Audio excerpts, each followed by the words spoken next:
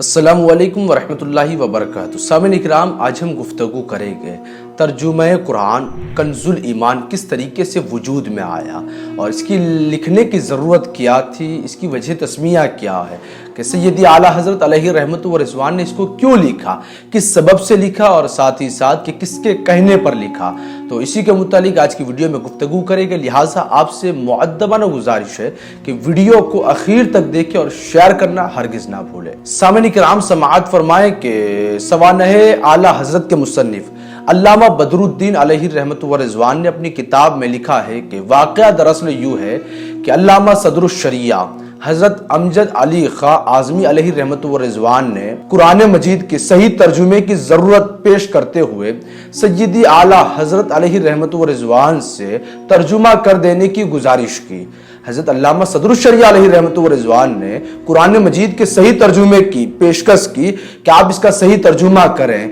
क्योंकि उस दौर में सख्त ज़रूरत थी और ज़रूरत के सबब आपने अल्लामा सदरुश्शरिया ने सय्यदी आला हज़रत से दरियाफ्त किया कि सय्यदी आला हज़रत आप इसका तर्जुमा फरमा दे। उस वक्त सय्यदी आला हज़रत अलैहि रहमत व रिज़वान ने तो वादा तो कर लिया था, लेकिन दूसरे मशागिल दीनिया कसीरा के हुजूम के बाइस इसमें ताखीर होती रही। यानी दिनों के अंदर, आपके दिन के अंदर बेशुमार दीनी काम होते थे, दीनी उमूर होते थे। न बस ये बल्कि तर्जुमा कर देना बस ये काम नहीं, बल्कि आपके पास दीन इस्लाम के कई सारे उमूर होते थे जिससे आप दिन के अंदर अंजाम दिया करते थे। तो दिन के अंदर आपके पास बेशुमार मशागिल थे दीनी मुताल्लिक, और रात में भी आप काम किया करते थे। तो सामईन इकराम, सय्यदी आला हज़रत ने उस वक्त वादा तो फरमा लिया अल्लामा सदरुश्शरिया से, लेकिन बेशुमार दीनी मशागिल के सबब आप ताखीर होती रही इस मामले के अंदर कि कुरान मजीद का तर्जुमा किया जाए। लेकिन सामईन इकराम, जब कोई इंसान को हुक्म दिया जाए, जब किसी इंसान से अरीजा पेश किया जाए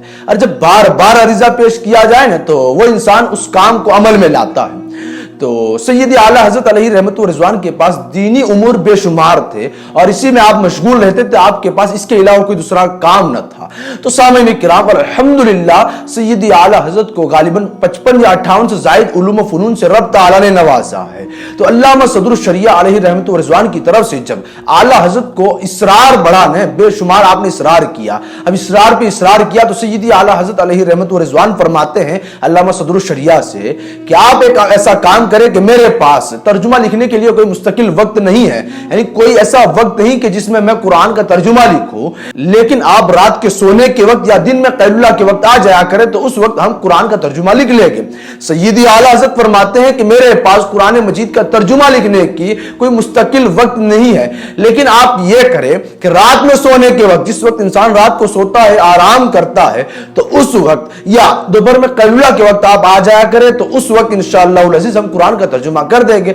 तो सामईन किराम, बिल्कुल उसी तरीके से आला हज़रत के फरमान के मुताबिक अल्लामा सदरुश्शरिया अलैहि रहमत व रिज़वान आप एक दिन दवात, कलम और कापी लेकर सय्यदी आला हज़रत के दरबार में पहुंच जाते और इसी तरीके से कुरान मजीद के तर्जुमे की इब्तिदा हो जाती है, कुरान मजीद के तर्जुमे की किताबत शुरू हो जाती है, दीनी काम वहां से शुरू हो जाता है। अब यह समाअत करे कि सय्यदी आला हज़रत अलैहि रहमत व रिज़वान के कुरान के तर्जुमे लिखने का तरीका कार यह था, सय्यदी आला हज़रत उस आयत जो है आयत करीमा कुरान मजीद की, तो उस आयत करीमा की सय्यदी आला हज़रत आप तर्जुमा करते थे और अल्लामा सदरुश्शरिया अलैहि रहमत व रिज़वान उस तर्जुमे को आप किताबत करते थे, उस तर्जुमे को आप लिखा करते थे कापी के अंदर। सामईन किराम, यहां पे एक पॉइंट नोट करें, बाज तर्जुमा निगार यानी जो तर्जुमा करता है, ट्रांसलेटर जिसे कहते हैं इंग्लिश के अंदर, तो बाज तर्जुमा निगारों के जिंदगी का मुताला करने के बाद मालूम होता है कि उन्हें कुरान मजीद के तर्जुमे के वक्त, जब वो कुरान मजीद का तर्जुमा करते हैं,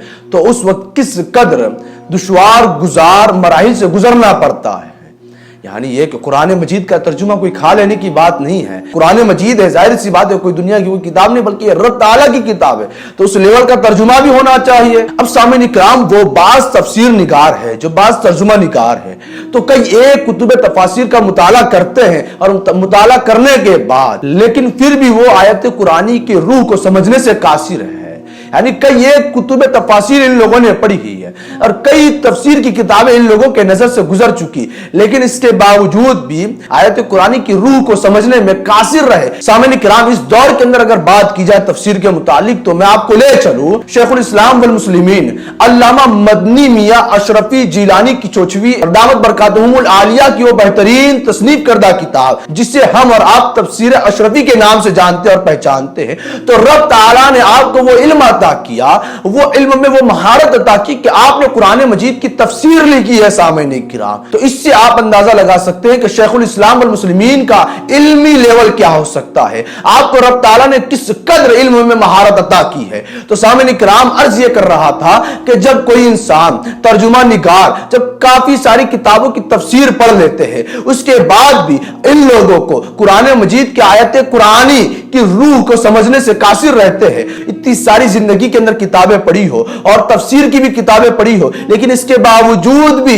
قرآن مجید کی جب باری آتی ہے، قرآن مجید کے ترجمے کی جب باری آتی ہے، تفسیر کی باری آتی ہے، تو ان کے صحیح معنی میں آیات قرآنی کی روح کو سمجھنے سے قاصر رہتے ہیں۔ اب اسی کے برخلاف جو تمام لوگ ہیں تو ترجمہ نگار ہے، جو ترجمہ کرتے ہیں اور ان تمام لوگوں کی زندگی کا ملاحظے کے بعد بتاتے ہیں کہ ان تمام کے برخلاف سیدی اعلیٰ حضرت علیہ رحمت و رضوان نے کتب احادیث و تفاسیر کا سہارا لیے بغیر، احادیث کی کتابیں اور تفاسیر کی کتابوں کا سہارا لیے بغیر، جس پر جستگی کے ساتھ علامہ صدر الشریعہ علامہ امجد علی خان اعظمی علیہ رحمت و رضوان کو قرآن کا ترجمہ رقم کروایا سیدی اعلیٰ حضرت نے۔ سیدی اعلیٰ حضرت کی عبقریت شخصیت ہے کہ آپ نے علامہ صدر الشریعہ علیہ رحمت و رضوان کو ترجمہ قرآن لکھوایا، قرآن کا ترجمہ لکھوایا، اور ساتھ میں یہ سماعت کرے کہ کتب احادیث و تفاسیر کا سہارا لیے بغیر سیدی اعلیٰ حضرت علیہ رحمت و رضوان علامہ صدر الشریعہ کو قرآن کا ترجمہ لکھوا رہے ہیں جو کہ عربی میں ہے، اور اس کا ترجمہ اردو میں کروا رہے ہیں، اور سید اعلیٰ حضرت علامہ صدر الشریعہ کو وہ الفاظ کر رہے ہیں، وہ ترجمہ کہہ رہے ہیں جس سے علامہ صدر الشریعہ اپنی کاپی میں تحریر کر رہے ہیں، اور سید اعلیٰ حضرت تفسیر کی کتابوں کا سہارا نہیں لے رہے ہیں، احادیث کرام کی کتابوں کا سہارا نہیں لے رہے ہیں، بلکہ بغیر کسی کتاب کے سہارے کے سید اعلیٰ حضرت اپنے علمی معیار، اپنے علمی لیول کے بنیاد